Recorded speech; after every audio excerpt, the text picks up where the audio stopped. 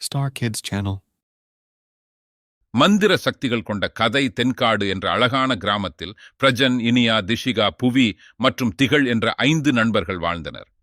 இந்த கிராமம் மிகுந்த இயற்கை வளம் கொண்டது. ஆனால் ஒரு நாள் மாயமாய் ஒரு மந்திர சக்தி அவர்களது வாழ்க்கையை மாற்றியது.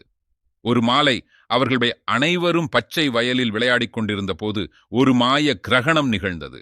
அப்போது ஒரு பிரகாசமான ஒளி பந்து தோன்றியது. அதிலிருந்து வெளியே வந்த ஒரு பழமையான மந்திர வாசகங்கள் இந்த 5 நண்பர்களின் மீது விழுந்தது.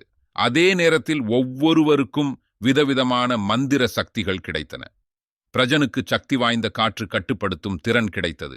அவன் காற்றை இயக்கி புயலை கட்டுப்படுத்தி தன்னை பாதுகாக்க முடிந்தது.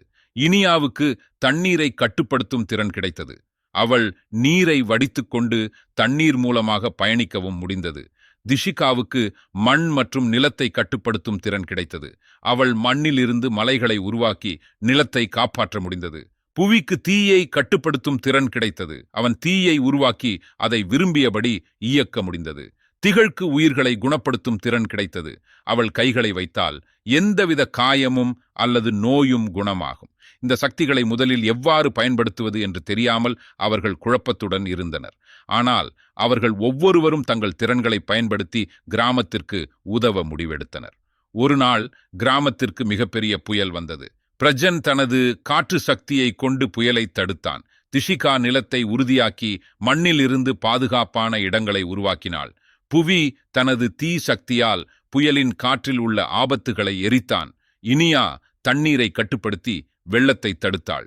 திகழ் காயமடைந்தவர்களை குணப்படுத்திக் கொண்டிருந்தாள். அதன்பின் கிராம மக்கள் அவர்கள் 5க்கும் நன்றியை தெரிவித்தனர்.